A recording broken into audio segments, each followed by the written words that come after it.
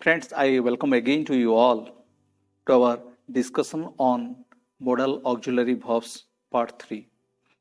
In part 1, we discussed how there is the need and necessity of the use of modal verbs in our real life situation.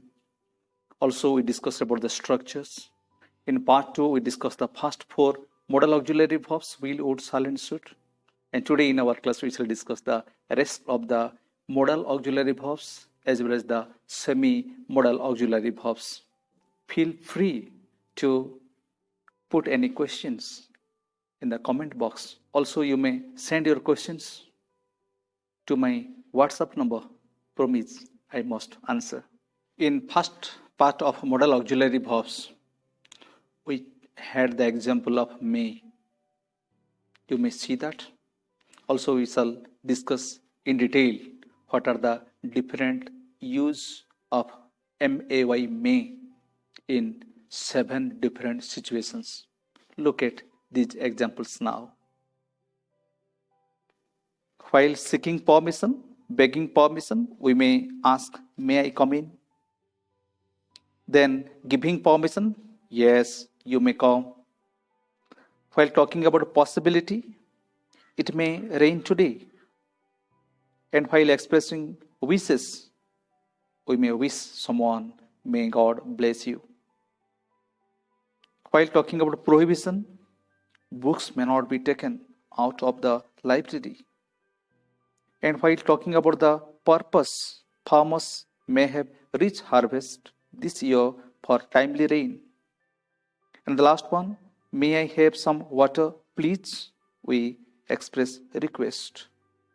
Friends, where there is a little difference in situation, in the sense, the use of modal auxiliary verbs differs. In part 2, we discussed about the possibility, how the degree of possibility differs by the use of may and might. We may start our class with the same example.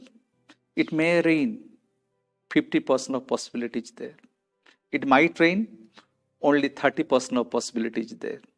Let's know some of the other situations where we have to use might. Your phone might be in bedroom. While talking about the possibility, we use might. And especially in British English, we express, might I have a coffee? While talking about request. While expressing suggestion, we may say like that, you might have booked a taxi. Might I ask a question? Sometimes we use might to ask something politely. May changed to might in indirect narration. For example, he said, it may rain today.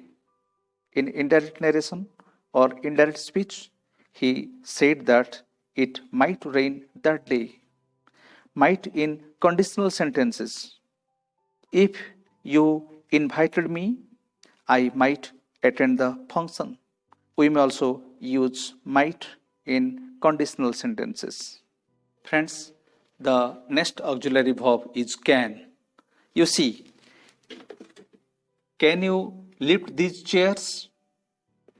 We sometimes use can in order to express the physical ability, to know the physical ability of a person, to express our own physical ability. Can you answer my questions? We also use can in order to know the mental ability of a person. Friends, along with these mental as well as physical abilities, can is also used in some more situations. Let's see these examples now. As I told you, can you lift the chair? It expresses the physical ability. And she can speak several languages. It expresses mental ability or skill. While begging permission or giving permission, can I ask a question? Yes, you can ask. Begging permission, giving permission. Then let's polite than could while making a request, as I discussed in part 2. Can I have my bill, please? It's less polite than could. That is, could I have my bill, please? We also express offer or making offer, we use can. Can I help you? And finally, making general statements, we also use can. It can be very hot here in summer. The use of the phrase could you is a very good way of making a request. We express our request more politely. Could you please watch me till the end of the class? It's the most polite way of expressing. Let's know the more situations of could in these examples now. Could you lend me your car for a day? It's polite request. Sometimes it was used like was able to. For example, I could run fast when I was a child. Past ability. Its condition in present context. That's could you get another job? Means if you lose this. It talks about the past possibility that was not taken place. If he had reached in time, he could have caught the train. Means he did not catch. The past form of can is could in indirect speech, like other modal verbs. She said, I can lift the chair. She said that she could lift the chair. And finally, in on-real condition, in the place of would, we may use could. If I had wings, I could fly in the sky. The next modal auxiliary verb is must. Please see these examples. We'll find different situations where must is used. In number 1, it expresses command, compulsion, order. All students must attend the morning assembly. It talks about the moral obligation or duty. We must respect our parents. It talks about the necessity or urgency. I must catch the first bus, otherwise I may miss my first class. Strong probability. For example, you must be 40 now. Logical conclusion to a past event. It also expresses the garden is wet. It must have rained last night. Must not is used in order to express prohibition or emphatic advice. For example, students must not take away magazines from library. Sometimes we get confused while making use of two modal auxiliary verbs. One is the should, the other is ought to.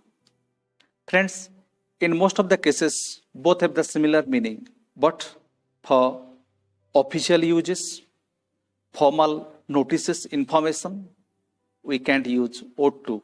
We have to use should. Students should write in capital letters, not students ought to write in capital letters. Let's see some more examples where you can easily know the use of ought to. And finally, we shall go to the semi-modal auxiliary verbs. Those are used as the modal verbs at the present time also. The first one, used to, is always used in past tense. No doubt, the modern English grammar says it's an old-fashioned word. In place of used to, now they use the past simple. For example, I used to play Ludo when I was a child. They say, I played Ludo when I was a child. Anyway, used to has its interrogative as well as negative forms. I used to play Ludo. Did I used to play Ludo? I did not used to play Ludo. And when we use this, you see the example. When we express a discontinued past action or event, we use used to. in our sentences. In the same place, we can also use the past simple. And finally, very briefly, we shall go to the use of the semi-modal auxiliary verbs need and dare. I have prepared a slide for you where you can easily understand the use of need and dare. Friends, both need and dare are semi-modal verbs. They are restricted to non-assertive contexts, means mainly they are used in negative as well as interrogative sentences. Let's move to the usage. Need in negative terms indicates absence of obligation. For example, you need not type the letter. Sometimes it may express authoritative advice. Sometimes with do auxiliary verb, need means require. For example, you do not need to type the letter. And finally, need not in perfect tense denotes unnecessary action. You need not have written the letter means why you wrote the letter. And finally, let's move to the use of dare. Like need dare is a semi-modal auxiliary verb as it is used as main verb and modal verb. In number 1, the modal auxiliary verb dare means be brave enough to. For example, she dare not take such a step. Mainly, it is used in negative or interrogative sentences. Sometimes it may be also used in affirmative sentences in dare say form, which has two meanings. The first one, dare say means I suppose, and secondly, dare say means I accept what you say. Let's move to the first example, where dare say means I suppose. I dare say she will pass the exam. And finally, dare say means I accept what you say. For example, I dare say, but I have to discharge my duty. My dear friends and children, in these 3 modal auxiliary verb classes, I have tried my level best to discuss about the form and structure of modal auxiliary verbs. So what part? Then why part? Why should we learn the modal auxiliary verbs? And finally, the use of modal auxiliary verbs in part 2 and this the part 3. I hope this will be helpful to you. If you have any doubt, any question, please feel free to comment me in comment box. That's all for today's class. Take care. Bye-bye. Hello everyone. If you like Pranab sir's classes that you've seen just now, then please do like, comment and share and hit the subscribe button. Thank you.